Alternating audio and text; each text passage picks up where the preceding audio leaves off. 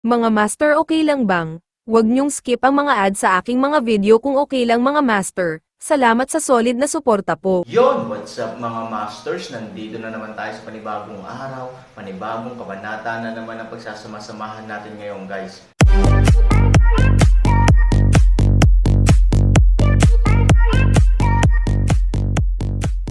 Bali mga masters, kung bago ka pa lang po sa aking YouTube channel, please click the subscribe button, lalong-lalo na po yung notification bell guys, para maging connected pa rin tayo sa isa't isa at maging updated kayo sa mga susunod ko pang video.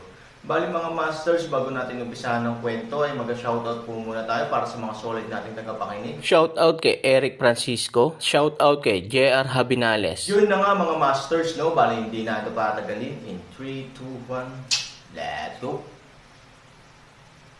Ang anim ay nagtaas ng kanilang mga mata at nakita si Ivory na dahan-daang dumarating. Tingnan mo ang asawa mo. Agad na gumagalang na sabi ng 5 tao. Ngumiti si Ivory at tumango. Si Aaron ay sumulyap kay Ivory at ngumiti. Pagkatapos ay nagsimula siyang umiyak. Nasaan si Nayener? Nagustuhan ng batang babae ang maliit na dragon ant kaya inilabas niya ang kanyang kapatid upang maglaro. Tinitigan sila ni Shio. May sinabi si Ivory at tumingin kay Aaron, gusto kong samahan ang babae, ngunit hindi ito ang pil ng asawa ko. Puno ng itim na usok ang buong bahay. Nag-aalala ako. Nakaramdam ng hiya si Hansan at napakamot ng ulo. Nakakahiya talaga. Tila alam ng lahat ang tungkol dito. Buti na lang, sophisticated ako. At least kaya kong ay atres ang isang laro. Don't worry, madam. In fact, ipinaliwanag lang sa amin ng leader ang sitwasyon. Yes, madam. Actually, hindi aksidente ang itim na usok. It was produced by the Alliance leader when he refined ng pills to remove the impurities in the medicine. Talaga, malinaw na hindi naniniwala si Ivory sa teoryang ito at sinulyapan ang Aaron. Ang Aaron ay puno ng talon na pawis. Okay lang manloko ng ordinaryong tao. Ito ay halos tulad ng kalokohan na sinusubukang ipasa ang pagsusulit sa harap ni Ivory. Not to mention na bilang asawa niya, marami siyang alam tungkol sa sarili niya. Dahil lang sa matalino si Ivory, alam ni Han Sanchen na hindi niya ito maloloko. Oo, ngunit sa harapan ng 5 niyang tauhan, hindi pa lumilipad ang mga bakang katatapos lang sumabog. Kinailangan ni Han Sanchen na kumagat ng bala kahit alam niyang hindi niya ito magagawa. Ngumiti si Ivory at tumingin sa ibaba at inilagay ang gintong tableta sa kamay ni Han Sanchen. Agad siyang naging interesado, at pagkatapos ay lumakad ng ilang hakbang sa harap ng Aaron, ito ba ang iyong tagumpay? Bago makapagsalita si Han 3000, ang disipulo ay nasa sabik ng maaga. Oo, madam na pinuno, huwag mong maliitin ito. Bagamat ito ay maliit, ito ay talagang may malaking epekto. Oo, sinabi lang ng pinuno ng alyansa na maaari mong direktang isulong ang mga nagawa ng mga tao sa pamamagitan ng paglundag sa pamamagitan ng pagbabawas ng isang maliit na piraso. Tinawag ito ng isang grupo ng mga tao bilang isang Diyos. Hinay pa nila ang Aaron sa kanilang mga ulo. Saan niya inaasahan na darating ang pahayagan ng ganoon kaga? Ang mga baka na kalalabas lang ay naibalik kaagad. Labis na interesado si Ivory nang marinig niya ang talumpati. Tumingin siya kay Aaron at sinabing, "Is it really so magical?" Hinawakan ni Han Sanchen ang mga sulok ng kanyang bibig at pinatigas ang kanyang anit upang mapanatili ang kanyang kalikasan, kung gayon.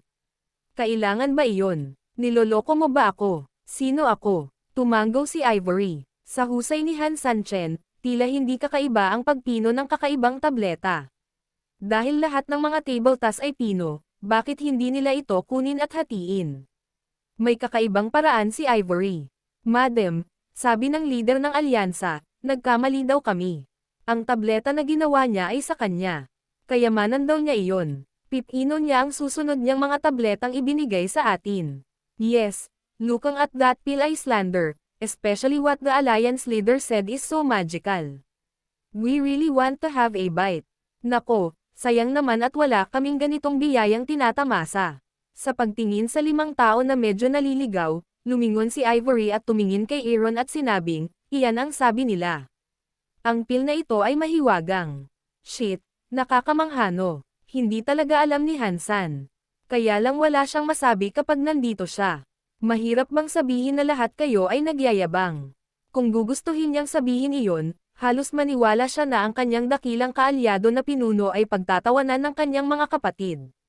Ang pinuno ng alyansa ay gumawa ng mga table tasks at pinasabog ang mga ito. Nang matapos siya, ipinagmalaki niya ito sa pag-iisip pa lang nito, namamanhid na ang anit ni Han Sanchen. No wonder may magandang kasabihan, kapag nagsinungaling ka, kailangan mong gumamit ng 100 kasinungalingan para mabuo ito. Hindi mo talaga ako niloloko. Sa puntong ito, si Han 3000 ay walang pagpipilian kundi ang kumagat ng bala at magsagawa ng natural at kahit bahagyang mapagmataas na hitsura. Siyempre, pwede ko bang tingnan, kalsada ng Ivory? Napasimangot si Han Sunny at nagpatuloy. Siyempre, uminom si Ivory ng golden pill at tumingin sa paligid. Ito ay talagang maganda at masarap ang lasa, mukhang hindi ito isang ordinaryong produkto. Hey, tuwang-tuwa si Hansan, kung ganoon kakainin ko ang kalahati. Inilagay ito ni Ivory sa kanyang bibig. Storytelling channel sa YouTube. Nang marinig ito, agad na nanigas ang mukha ni Han Sanchen. Ano ba ang ups and downs ng buhay na masyadong mabilis, sa ngayon di ba? Kanina lang, nagmamadali pa ako, pero sa isang kisap mata, isa na namang malaking saya. Ang malaking kagalakan na ito ay hindi pa nalalayo, ngunit may isa pang malaking sorpresa. Ano ang problema? Kung alam mong gusto mo ng mukha, paalisan mo muna sila. Halatang hindi komportable ang tono ni Ivory. Tumango si Aaron, umubo, nagkunwaring walang nangyari, at tinitigan ang 5 tao. Well, nakita mo na ang dapat mong makita. Tuwang-tuwa ngayon ang asawa ko. Gusto niya akong gantimpalaan. Gusto mo pa bang makita bagay na hindi mo dapat makita? Pagkarinig nito ay tumawa silang 5 ng alanganin. Habang nag-aayos, mabilis silang umiwas ng ulo at bumalik sa bahay na gawa sa kahoy. Matapos makaalis silang 5 na may dalang kawayan, halatang gamaan ang loob ni Ivory, at ang kalahati ng kanyang katawan ay malambot sa Aaron. Tinulungan din siya ni Han Sanchen sa loob ng silid. How's it going? Tell me what's wrong. You're not feeling well. Sabi mo bakit ka humahawak? Sabi ni Han Sunny habang naghahanda siyang tingnang mabuti si Ivory. Ikanaway ni Ivory ang kanyang kamay at sinenyasan si Aaron na huwag gawin ito, hindi mo kailangang palakihin. Masama lang ang pakiramdam ko. Kapag nasa labas ang mga lalaki, napakahalaga ng mukha. Isa pa, nagkakasundo ka pa rin sa mga alagad mo bilang pinuno ng alyansa. Paano ako mawawala sa mukha mo? What on earth do you use to refine it? Sumasakit ang tiyan ko. Parang kumakain ng masama. Bigla, hindi kinailangan ni Ivory si Han Sansan para sumagot. Dahil obviously, sa pagtingin sa dilim sa paligid ng bahay, maraming sagot ang handang lumabas. Nabigo na naman. Ang salitang ito ay malupit, ngunit ito rin ay isang walang magawang katotohanan. Malungkot na tumango si Aaron. Oo. No wonder sobrang sakit ng tiyan ko. Walang pagpipilian si Ivory kundi ngumiti ng mapait. Tulungan ba kita sa swerte mo? Ang guilty way ni Han Sanchen. Napahiya si Ivory, hindi ito dapat maging malaking problema. Huwag kang mag-abala. Ikaw ang asawa ko, paano mo matatawag na gulo? Pagkatapos noon, si Han Sanchen, anuman ang pahintulot ni Ivory o hindi, ay nagbigay ng bahagyang palad kay Ivory at marahang idiniin ito sa kanyang tiyan. Chi disorder. Nakasimangot si Aaron at sinabing, sa lola niya yon. Problema talaga sa pill. Si Ivory ay kinain ng masama. Ang gamot ni Dan ay iba sa ordinaryong pagkain. Kapag masama ang pagkain, maaari itong ma-vaporize, gayunpaman, ang gamot ng Dan ay laging naglalaman ng katumbas na totoong chi. Kapag may problema, madaling magdulot ng pinsala sa mga meridian ng mga tao at kay dantian. Kaya naman, huwag maglakas loob si Han Sanchen na maging pabaya. Naramdaman ni Ivory ang mainit na agos na nagmumula sa kanyang tiyan habang lumalakas ang kanyang lakas. Pagkatapos, ang mainit na agos ay nagsimulang dahan-dahan at maayos na pinapagaan ang lahat sa kanyang dantian. Si Ivory, na may kaunting sakit ngayon, ay hindi lamang nakaramdam ng kahit anong sakit, ngunit napakaginhawa. Kamusta na? Naramdaman ang pagbabago ni Ivory, nagtanong si Han Sanchen. Tumango si Ivory, mukhang mas maganda. Ang iyong panloob na paghinga sa larangan ng elixir ay medyo hindi maayos. Sa tingin ko ay may mali sa elixir, kaya ito ay tumatakbo sa iyong katawan at sinisira ang orihinal na katatagan ng hininga. Gayunpaman, huwag kang mag-alala. Talagang napabuti ko sila. Kahit na medyo masama si Dan, maaari pa rin itong magbigay sa iyo ng kaunting lakas. Ngumiti si Ivory, parang kumakain ng masama at naiinis, hindi ba? Ito ay halos pareho. Kaya lang, mabilis na madi-discharge ang mga undigested na table tasks pagkatapos. Magalit, ngunit ang mga sirang tableta ay hindi magiging ganito, ang kanilang panloob na hininga ay nananatili rin sa katawan ni Ivory. Let me help you continue to treat it, mas magiging komportable, Han 3,000 daw, tumango si Ivory. Ngunit nang malapit na mag-recharge si Han Sanchen, biglang napagtanto ni Ivory na may mali at nagmamadaling huminto. Sandali, hindi ito inaasahan ni Han Sanchen, at ang buong tao ay nagulat sa lugar. Nagmamadali siyang tumangala, tumingin kay Ivory, at nag-aalalang sinabi, anong problema? Sumimangot si Ivory, parang may nararamdaman siya. Sa pagtingin kay Han Sanchen, medyo hindi siya komportable. Then she slowly opened her mouth, parang may mali. Dahil dito, kinabahan si Han Sanchen. Mayroon bang iba pang problema sa mababang pil na ito? At hindi mo nahanap. Sa pag-iisip nito, nagmamadaling itinaas ni Han San ang kanyang kamay at sinubukang dalhin ang kanyang swerte sa ibang bahagi ng katawan ni Ivory. Umiling si Ivory. Hindi, pakiramdam ko may mali kay Dantian. Something's wrong. Tinulungan lang kita na maibsan ang lakas doon. Okay lang. Naguguluhan si Han Sanchen. Parang may gumagalaw, parang buntis. Natigilan si Han Sani. Nataman man talaga niya ang target sa labanan ng pagbagsak ng lungsod, ayon sa bilis ng pag-unlad ng embryo, hindi ito ganoon kabilis. Hindi ba kalokohan yun? Malinaw na hindi ibig sabihin ni Ivory na magbiro, ngunit ang problema ay maaari niyang lubos na matiyak na ngayon lang niya natahimik ang kanyang interes sa Dantian. Malabong may problema. Ganun ba? Kumunot ang noo ni Aaron, sigurado ka bang meron? Nag-alinlangan si Ivory at tumanggo ng mariin. Iyan ay isang fucking kakaibang bagay. Napangiwi si Aaron. Sa susunod na sandali, isang magulong puwersa sa kanyang kamay ang direktang isinakripisyo, mabangis na tinapik ang tiyan ni Su Yingxia, at mabilis na tinungo ang Dantian sa buong daan. Kakaiba. Talagang stable ang Dantian ni Ivory. Ang pinagkaiba lang ay iba ang amoy ni Dantian sa kanya. Bagamat napatahimik na, halatang may kaunting pagkakaiba pa rin.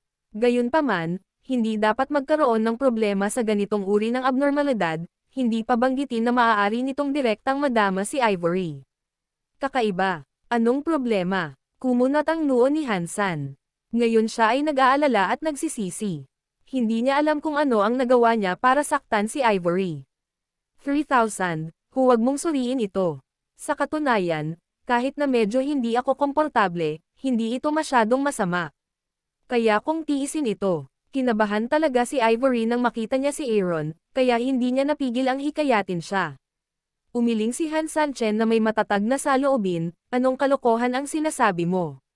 Hindi ako maaaring sumuko hanggat hindi ko nalaman ang tunay na dahilan ng iyong pisikal na kondisyon. Pagkatapos noon, direktang pinalakas muli ni Han Sanchen ang kanyang lakas at gumawa ng nakakabaliw na paggalugad. Nabigo. Pagkatapos ay dumating muli, o kabiguan. Halika ulit. Hanggang sa ilang beses mamaya, ang tuloy-tuloy na high-intensity local trend ay direktang nagpawis at namutla kay Han Sanchen. Gayunpaman, kahit na ganoon, wala pa ring balak na sumuko si Han Sanchen. 3,000, o huwag mo talagang suriin ito. Tumingin si Ivory kay Han Sanchen na may pag-aalala sa kanyang mukha, posibleng masyado akong nag-iisip, o maaaring may kung ano dito, ngunit simula pa lang ito, kaya hindi madaling makita. I mean, baka bukas, baka sa makalawa, kapag medyo naging stable na ang sitwasyon, baka madaling malaman kaagad. Parang may sakit ang isang tao. Bumantong hininga si Aaron at tumingin kay Ivory. Hindi niya kayang tumanggi kahit sandali. Alam din niyang walang problema si Ivory sa sinabi niya. Sa intelektual, kung may iba, maaaring bumalik si Han Sansan upang suriin ito sa ibang araw, gaya ng sinabi ni Ivory. Gayunpaman, siya ang kanyang asawa at paborito niya. Pabayaan na lang bukas, kahit isang oras pa, magiging hindi mapakali si Han Sanchen magpakailanman. Pero, well, 3,000 yuan. Buong gabi kang naghukay ng libingan at nagpino ng mga table tasks. Dapat ay, magpahinga ka, kung hindi, Natatakot ako na hindi mo nalaman kung ano ang mali sa akin. Sa halip, pagod ka muna, then I'll try again for the last time. Kung wala pa rin akong malalaman, I promise you I'll check again tomorrow. Han 3,000 daw. Nag-alinlangan si Ivory at tumango. Ginalaw ni Han Sanchen ang kanyang kamay, at isa pang enerhiya ang tumama sa kanya. Tapos na ba kayong dalawa? Biglang may tumunog sa paligid. Yun na nga mga masters, no? Bali panibagong kabanata na naman yung natapos natin ngayong gabi. Muli, maraming salamat po talaga sa walang sawang suporta po sa aking YouTube channel na talagang inaabangan nyo po ang bawat upload ko po. Bali mga masters, magkita-kita ulit po tayo bukas ng gabi at ngayon po ay magpapaalam po muna tayo. Bali mga masters, bye-bye!